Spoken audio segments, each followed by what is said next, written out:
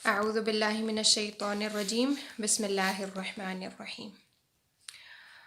آج ہم نے بڑی مزے کی سٹوری سننی ہے، اور وہ سٹوری میرا خیال ہے خدا نے پہلے نہیں سنی ہوئی۔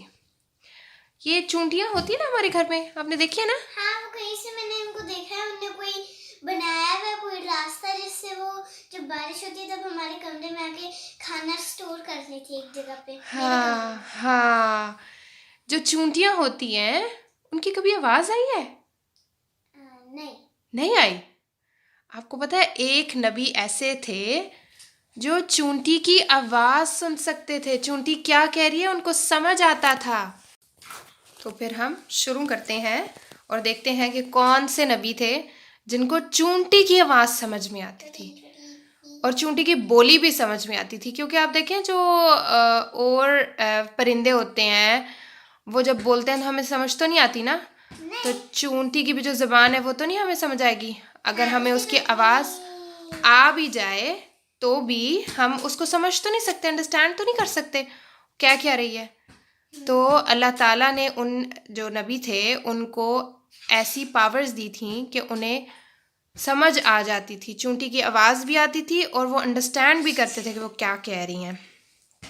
اچھا، اب یہ ہے ہمارے پاس سورۃ النمل میں، نمل جو ہے نا چونٹی کو بولتے ہیں، تو سورۃ النمل میں سے ہے ایک تھوڑا سا پورشن ہے جس کو ہم پڑھیں گے۔ وَلَقَدْ آتَيْنَا دَاوُودَ وَسُلَيْمَانَ عِلْمًا وَقَالَ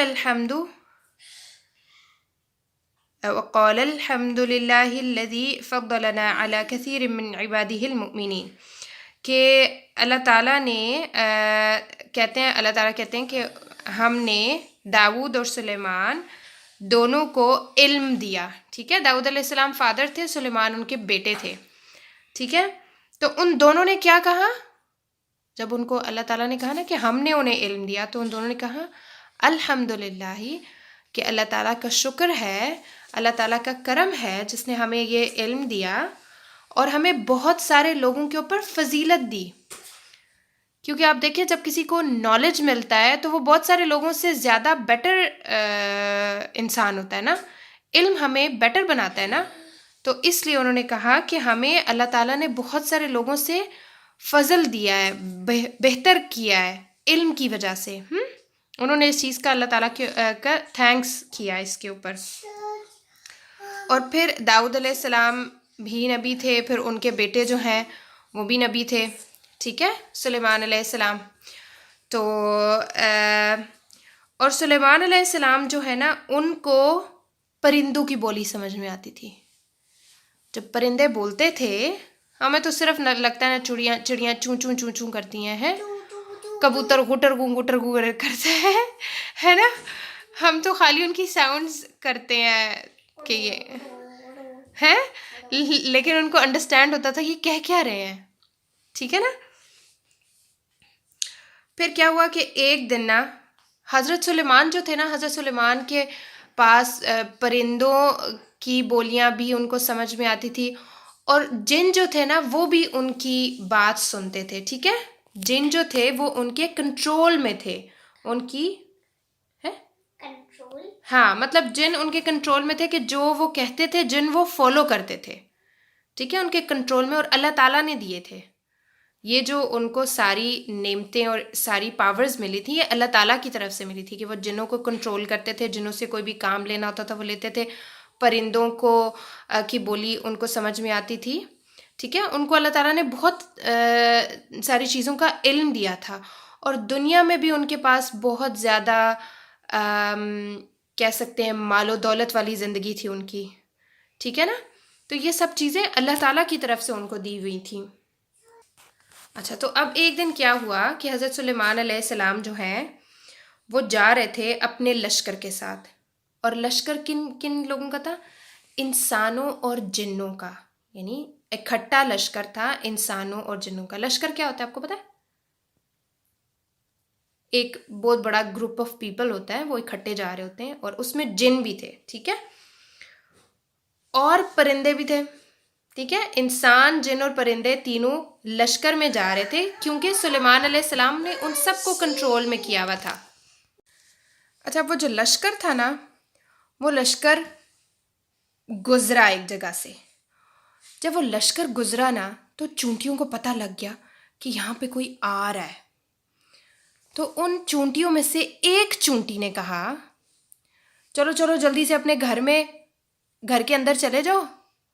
جو ان کے چھوٹے چھوٹے ہاؤسز بنے ہوتے ہیں نا، انہوں نے دروازوں کے کونوں میں، کہیں کہیں کونوں میں بالکل بنائے ہوتے ہیں، اور وہ وہاں پہ بہت ساری وہ ریٹ ٹائپ سی انہوں نے اکٹھی کی ہوتی ہے نا. ہاں ہم نے کتنی کی ہوئی ہے ہاں ہمارے گھر میں. ہاں. تو وہ جو ہے کیا کہتے ہیں اس کے، انہوں نے کہا کہ اپنے گھروں میں چلے جاؤ جلدی سے، یہ نہ ہو کہ سلیمان علیہ السلام کا لشکر کہیں تم لوگوں کو کچل ہی ڈالے. چونٹی چھوٹی سی ہوتی ہے نا، جب آپ چلتے ہو کسی وے پہ جا رہے ہو، آپ دیکھتے تو نہیں ہو نیچے ہمارے پاؤں کے نیچے چونٹی آ رہی ہے کہ نہیں آ رہی ہے نا. تو انہوں نے کہا کہ جلدی سے چلے جاؤ. اب چونٹی نے تو یہ بات کی، لیکن سنی کس نے سنی؟ سلیمان علیہ السلام نے، جن کو اللہ تعالیٰ نے جنوں کا کنٹرول بھی دیا تھا، پرندوں کی بولی بھی ان کو سمجھ آتی تھی. انہوں نے ہی چونٹی کی بات بھی انڈرسٹینڈ کی کہ چونٹی کیا کہہ رہی ہے. اب جب انہوں نے چونٹی کی بات سنی تو ان کا ریاکشن پتہ کیا تھا؟ انہوں نے اسمائل کی اور ہنسے. ٹھیک ہے، اب ظاہر ہے ایک بہت ہی ویئرڈ سی بات ہے کہ آپ کو چونٹی کی آواز سمجھ میں آ رہی ہے. تو اس کے اوپر وہ پہلے انہوں نے اسمائل دی، پھر اس کے بعد وہ ہنسے، اور اس کے بعد انہوں نے کیا کہا؟ انہوں نے دعا مانگی، اللہ تعالیٰ کا تھینکس اگین. دیکھیں جہاں اوپر بھی ہم نے پڑھا کہ جب اللہ تعالیٰ نے ان کو علم دیا تو سب سے پہلے انہوں نے کہا کہ شکر ہے اللہ تعالیٰ کا کہ اللہ تعالیٰ نے ہمیں بہت سارے لوگوں سے فضیلت بخشی ہے. ٹھیک ہے، اور یہاں پہ بھی اگین جب انہوں نے چونٹی کی بات کو سنا تو انہوں نے پھر دوبارہ دعا مانگی، اور ان کی دعا کیا ہے کہ ربی اوزعنی ان اشکر نعمتک التی انعمت علی وعلی والدی، کہ میں اللہ تعالیٰ آپ کا شکر ادا کرتا ہوں، تھینکفل ہوں میں اس چیز کے لیے کہ آپ جو مجھے نعمتیں دیتے ہیں اور جو میرے پیرنٹس کو آپ نے نعمتیں دی ہیں، اس کے لیے میں بہت شکر گزار ہوں، تھینک یو. ٹھیک ہے، کیونکہ ہمیں جو بھی نعمت ملتی ہے وہ اللہ تعالیٰ کی طرف سے مل رہی ہے. اچھا، اس کے بعد کیا ان کا دعا کا اگلا پورشن ہے کہ وَأَنْ أَعْمَلَ صَالِحًا تَرْضَاهُ، اور میں ایسے اچھے اچھے عمل کروں کہ اللہ تعالیٰ راضی ہو جائے. ہے نا ایسی بات کہ ہم بعض دفعہ عمل کرتے ہیں لیکن کیا پتہ اللہ تعالیٰ اس سے راضی ہوتے ہیں یا نہیں ہوتے. تو وہ دعا مانگ رہے کہ اللہ تعالیٰ مجھے ایسے عمل کی توفیق دے کہ میں اتنی اچھی نیت کے ساتھ اور اتنے اچھے طریقے کے ساتھ وہ عمل کروں کہ تو میرے سے راضی ہو جائے. اور جب اللہ تعالیٰ راضی ہو جاتے ہیں تو پتہ کیا ہوتا ہے؟ جنت کا ٹکٹ ملتا ہے. جب اللہ راضی ہوتا ہے تو ملتا ہے. تم کو ملے گا جنت کا ٹکٹ؟ ہے تم کو ملے گا؟ بالکل. انبیاء تو بیٹا ان کو دنیا میں ہی جنت کے ٹکٹ مل جاتے ہیں. چیٹنگ نہیں ہے بیٹا، اس کے لیے بیٹا محنت کرنی ہے، کوشش کرنی ہے.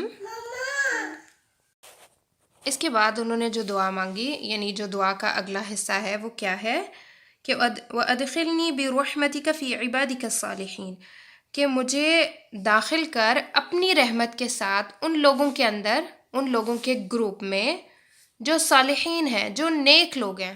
ٹھیک ہے، کیونکہ آپ جن لوگوں کے ساتھ رہتے ہو نا آپ ویسے ہی ہو جاتے ہو.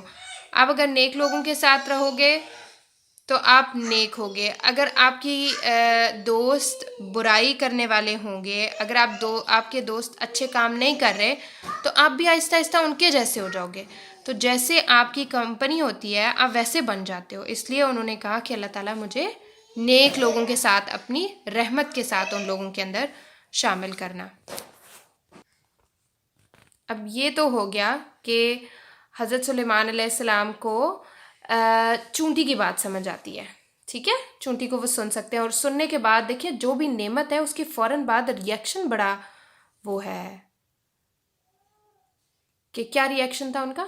وہ پہلے اسمائل انہیں کی اور پھر وہ ہنسے، اور اس کے بعد انہیں دعا مانگی. ہاں، یہ جو دعا ہے یہ بہت امپورٹانتے ہے، بہت امپورٹنٹ ہے کہ جو انہوں نے دعا مانگی نا وہ بہت اہم ہے کہ انہوں نے جو بھی نیت تھی ان کی، جو بھی نعمت تھی ان کی، نعمت کے بعد انہوں نے اللہ تعالیٰ کا شکریہ ادا کیا ہے نا. اور اس کے بعد ہم کل اسی سٹوری کا سیکنڈ پارٹ یا جو فردر سٹوری ہے وہ ہم پڑھیں گے، جس میں اللہ تعالیٰ نے ان کو پرندوں کی بولیاں بھی سمجھ میں آنے کی نعمت انہیں دی تھی، اور اس میں ہمارے پاس ایک پرندہ آتا ہے ہدہد۔ ہدہد کی پھر ہم کل سٹوری حضرت سلیمان علیہ السلام کی اور ہدہد کی سٹوری ہم سنیں گے۔ آج ہم پھر آگے سیرہ کا جو لیسن ہے وہ شروع کرتے ہیں۔ سیرہ میں جو ہے ہم نے دیکھا تھا کہ ابو طالب کی ڈیتھ ہو گئی۔ ابو طالب کی ڈیتھ کے بعد مکہ والوں نے بہت زیادہ پریشان کرنا شروع کر دیا آپ صلی اللہ علیہ وسلم کو۔ پھر اس کے بعد ان کی وائف کی بھی ڈیتھ ہوگی، اور وہ 10 ہجری میں ہوا، ٹھیک ہے۔ 10 سال گزر گئے تھے آپ صلی اللہ علیہ وسلم کو نبوت اور لوگوں کو اسلام کے بارے میں بتاتے ہوئے، اور ابو طالب اور حضرت خدیجہ دونوں ایک ہی سال میں گزر گئے، فوت ہو گئے۔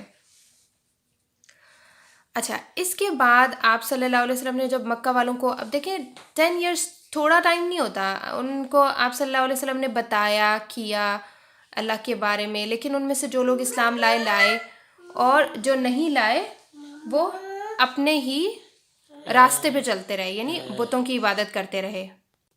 پھر اب مکہ والوں کو تو آپ صلی اللہ علیہ وسلم نے تبلیغ کر لی کافی ٹائم۔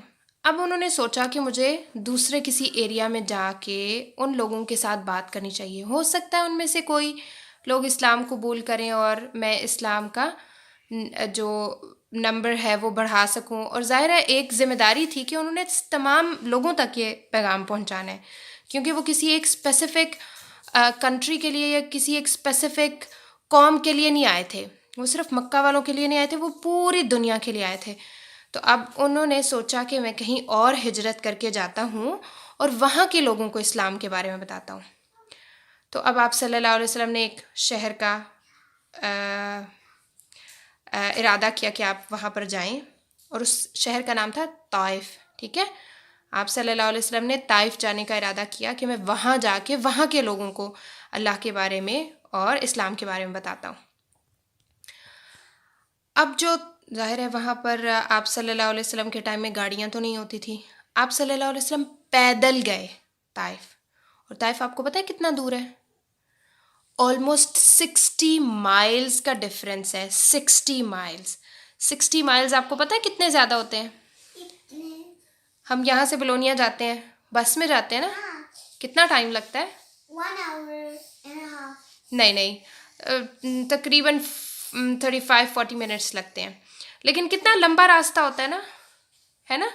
اور اگر یہی راستہ ہم پیدل چل کے جائیں بلونیا تو ہمیں کتنا زیادہ ٹائم لگے گا، ہو سکتا ہے ہمیں پورا دن ہی لگ جائے۔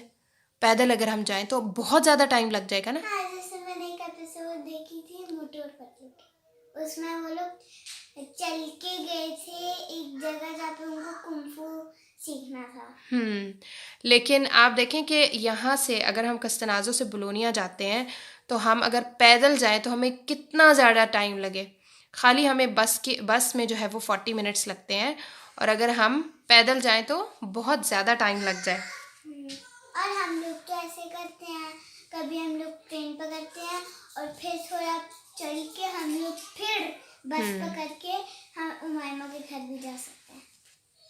ہاں، لیکن آپ کو پتہ ہے کہ 60 مائلز کا ڈسٹینس کتنا بنے گا اگر ہم 7 ٹائمز یہاں سے کستنازو سے بلونیا جائیں، ٹھیک ہے۔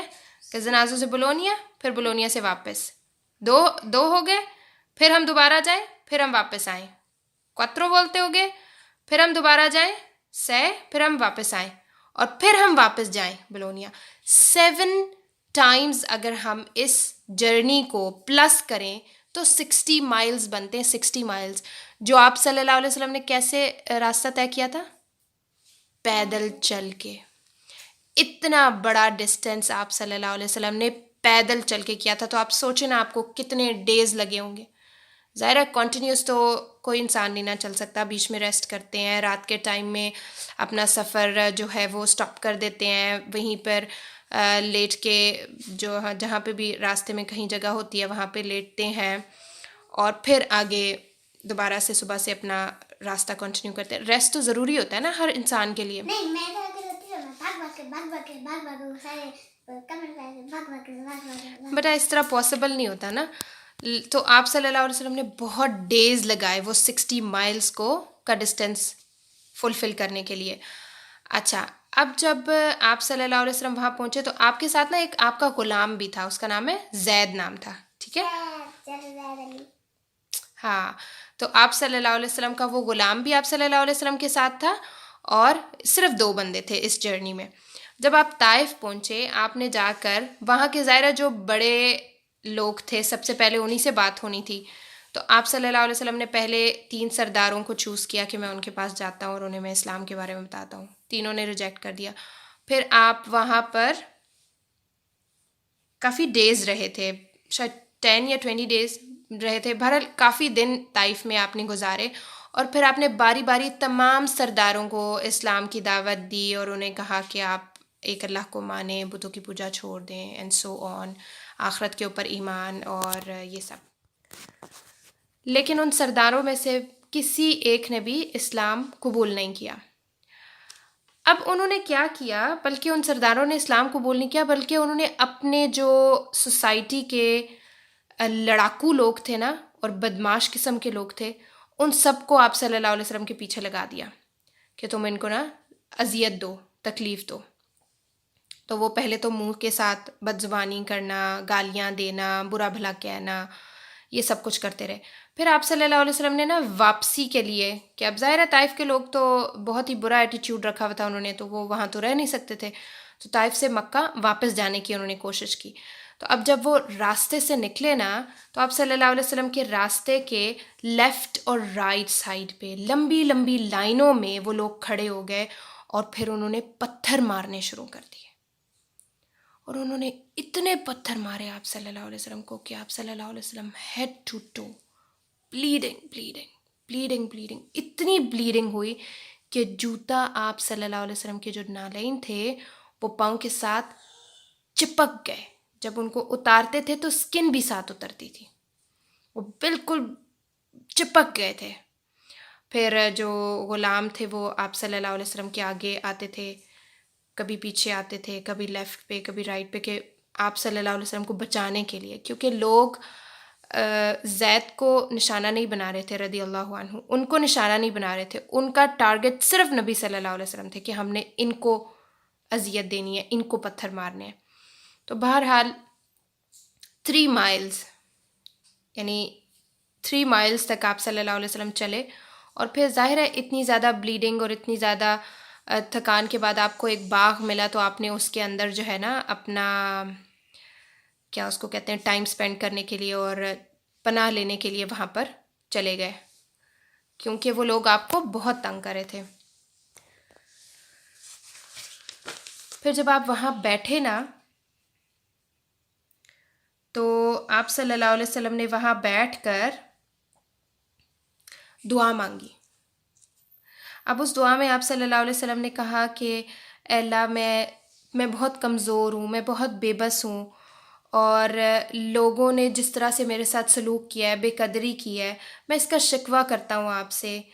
تو اللہ تعالیٰ آپ رحم کرنے والے ہیں، ارحم الراحمین ہیں، یعنی بہت زیادہ رحم کرنے والے ہیں، اور آپ کمزوروں کے بھی رب ہیں، اور آپ میرے بھی رب ہیں۔ تو آپ نے مجھے کس کے حوالے کر دیا ہے؟